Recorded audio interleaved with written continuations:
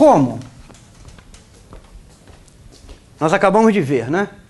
Que um corpo pode ficar girando com velocidade angular constante em torno de um eixo principal de inércia na ausência de torques. Uma pergunta que pode ser feita é a seguinte: suponha que esse corpo seja ligeiramente perturbado e a velocidade angular que só tinha componente ao longo de um eixo principal de inércia, adquira pequenas componentes nas outras duas direções. Então o corpo é ligeiramente perturbado, tá, do seu movimento sereno ali com velocidade angular constante em torno de um eixo principal de inércia.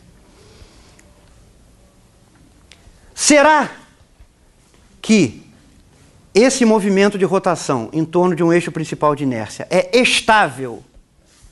Ou seja, se for aplicada uma pequena perturbação, essa perturbação não faz com que o corpo se desvie muito da rotação em torno do eixo principal de inércia?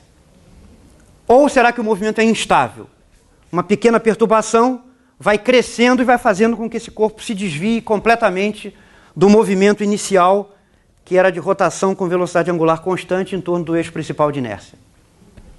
Tá bom? Então a pergunta é, se for feita uma pequena perturbação, essa perturbação permanece pequena ou ela tende a crescer com o tempo e mudar radicalmente o movimento do sistema? Vamos supor que o movimento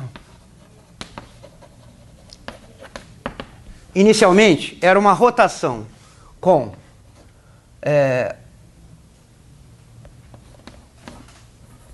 a velocidade angular constante na direção número 3.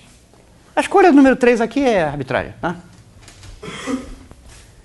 E a perturbação introduz pequenas componentes nas direções 1 e 2. Então a perturbação faz isso aqui, ó. Introduz componentes ômega 1, ômega 2, ambas com módulo,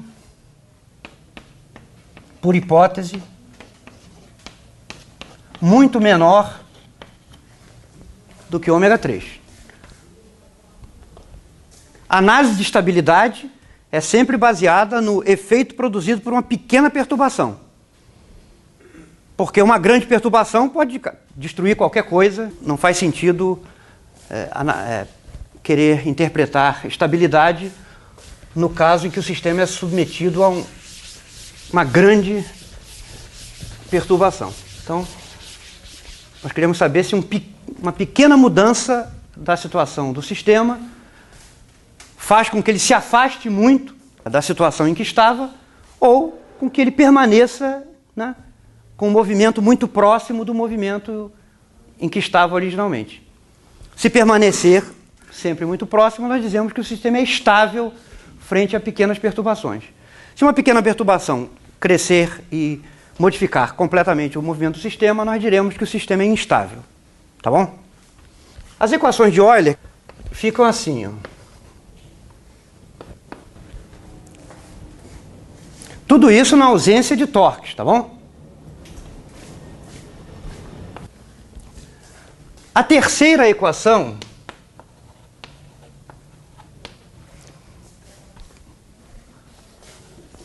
eu não vou escrever o termo que apareceria aqui, pelo seguinte: por hipótese, ômega 1 e ômega 2 são pequenos. Na terceira equação vai aparecer o produto ômega 1, ômega 2, que por hipótese é muito pequeno. Então nós vamos desconsiderar o termo que apareceria aqui na terceira equação de Euler, porque é quadrático nas quantidades que por hipótese são pequenas.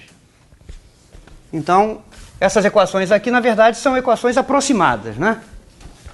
Então, aproximadamente, para pequenas perturbações, nós ficamos com essas equações.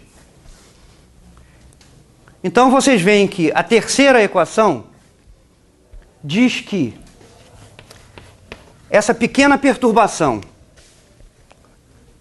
de introduzir componentes transversais à velocidade angular, pequenas, não altera a componente número 3. Então, nós temos que ômega 3 é igual a constante. Isso facilita enormemente a análise daqui para frente, porque agora nós ficamos com um sistema de equações lineares, porque esse ômega 3 é constante. Então, isso aqui é uma equação constante vezes ômega 1 ponto igual a constante vezes ômega 2. E essa aqui é 2 ômega 2 ponto constante vezes ômega 3. Então, nós podemos resolver essas equações por um procedimento absolutamente frequente para esse tipo de sistema de equações. Nós derivamos a primeira, vai fazer aparecer ômega 2 ponto, ômega 3 é constante. No lugar de ômega 2 ponto, substituímos pela segunda, dá uma equação só para ômega 1. Tá? Então, sem entrar nos detalhes, que são imediatos, diferenciando 1 em relação ao tempo e usando 2, resulta o seguinte. Resulta uma equação para ômega 1, uma equação de segunda ordem, que é... Eu vou escrever desse jeito aqui, onde essa constante aqui, que está sendo escrita como ômega 0 ao quadrado, é I3 menos I2, I3 menos I1, dividido pelo produto I1 e 2 vezes ômega 3 ao quadrado.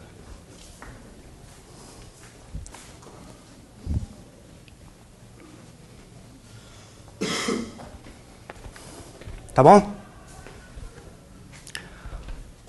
Ó, só uma observação aqui. O fato de essa expressão aqui ter sido chamada de ômega 0,2 não faz com que essa expressão seja positiva. Tá? Ela pode ser positiva ou negativa. Então vamos considerar primeiro o caso em que ômega 0,2 é positivo. Nesse caso, esta equação tem soluções que são cossenoidais ou senoidais. Isso aqui é a equação do oscilador harmônico. Tá? As soluções disso são seno ou cosseno de ômega 0t. Então, por exemplo, uma solução pode ser escolhida assim, ó. Ômega 1 de t igual a ômega 1 de 0 cosseno de ômega 0t.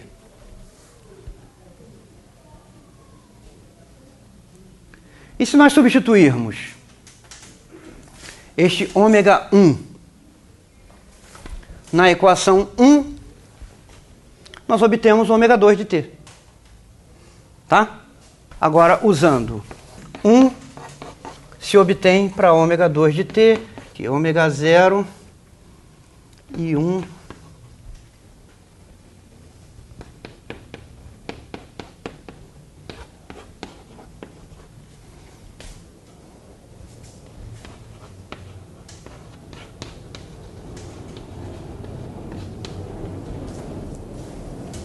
Como as soluções envolvem funções trigonométricas, que são funções limitadas, né? Cosseno e seno em módulo no máximo assumem o valor 1. Se esse ômega 1 de 0 for suficientemente pequeno, né, para a perturbação poder ser considerada pequena, esse ômega 1 de t permanece pequeno, porque está simplesmente multiplicado por um número que no máximo é 1. Este número aqui também, se ômega 1 de 0 é suficientemente pequeno, será pequeno, multiplicado por uma função que no máximo em módulo é igual a 1. Então, neste caso aqui, ó, as pequenas perturbações um ômega 1, 0 e um ômega 2, 0 pequenos, permanecerão pequenos. Tá? Então, nesse caso, a rotação é estável. Ó, lembre-se que nós estamos supondo que a rotação é em torno do eixo 3, tá bom?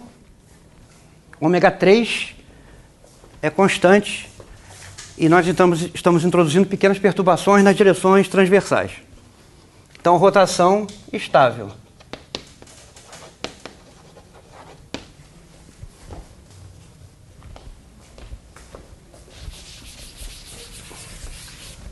Agora, se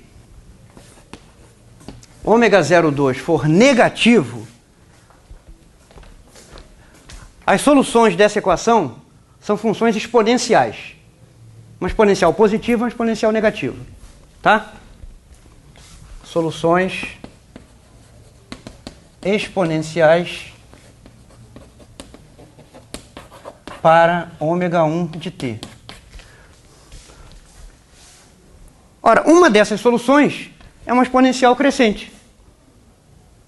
Então, não há nenhuma garantia de que uma pequena perturbação inicial vai permanecer pequena. Porque a diferença agora vai ser isto aqui multiplicado por uma exponencial de alguma coisa assim, com K positivo. Em vez de cosseno, vai aparecer uma exponencial. Então, nesse caso aqui, a rotação é instável, porque pequenas perturbações podem crescer indefinidamente. Tá? Pequenas perturbações, em geral, crescem indefinidamente e exponencialmente. Então, significa que a rotação é instável. Vamos ver em que situações ômega 0,2 é positivo e em que situações ômega 0,2 é negativo. Olha a expressão para ômega 0,2. Tudo isso aqui é positivo. Então, essas diferenças é que podem ser positivas ou negativas. Então, vejam só. Ômega 0,2 positivo ocorrerá se os dois fatores forem positivos ou os dois forem negativos. Então, I3 maior do que I2 e I3 maior que I1 ou I3 menor que I2 e I3 menor do que I1. Este caso aqui, ó, ordenando por ordem crescente os momentos principais de inércia, seria aqui, ó, I1 menor que I3. Não, peraí. I3 maior que I2 e I3 maior que I1. Esse significa que I3 é o maior momento principal de inércia. Ele é maior que o primeiro e maior que o segundo. Esse aqui é o caso oposto. I3 é o menor momento principal de inércia. Ele é menor do que I2 e também é menor do que I1.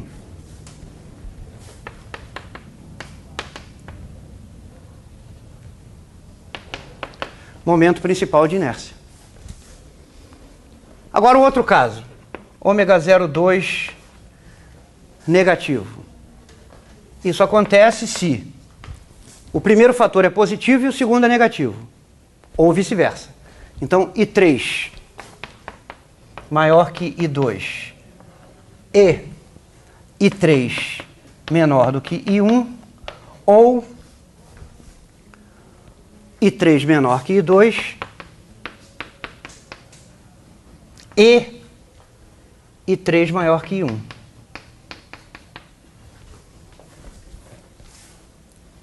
Isso quer dizer que I3 aqui é menor do que I1, mas é maior do que I2. E aqui, I3 é menor do que I2 e é maior do que I1. Ou seja, é o caso em que o eixo de rotação tem momento principal de inércia intermediário entre o maior e o menor. Tá? I3 é o momento principal de inércia intermediário.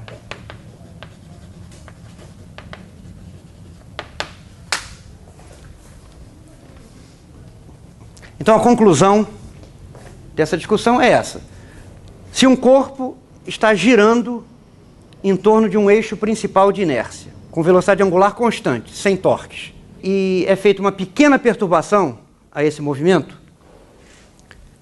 se esse eixo principal de inércia for o de maior ou de menor momento principal de inércia, essa pequena perturbação afetará muito pouco o movimento do sistema, que continuará bem próximo do que era antes.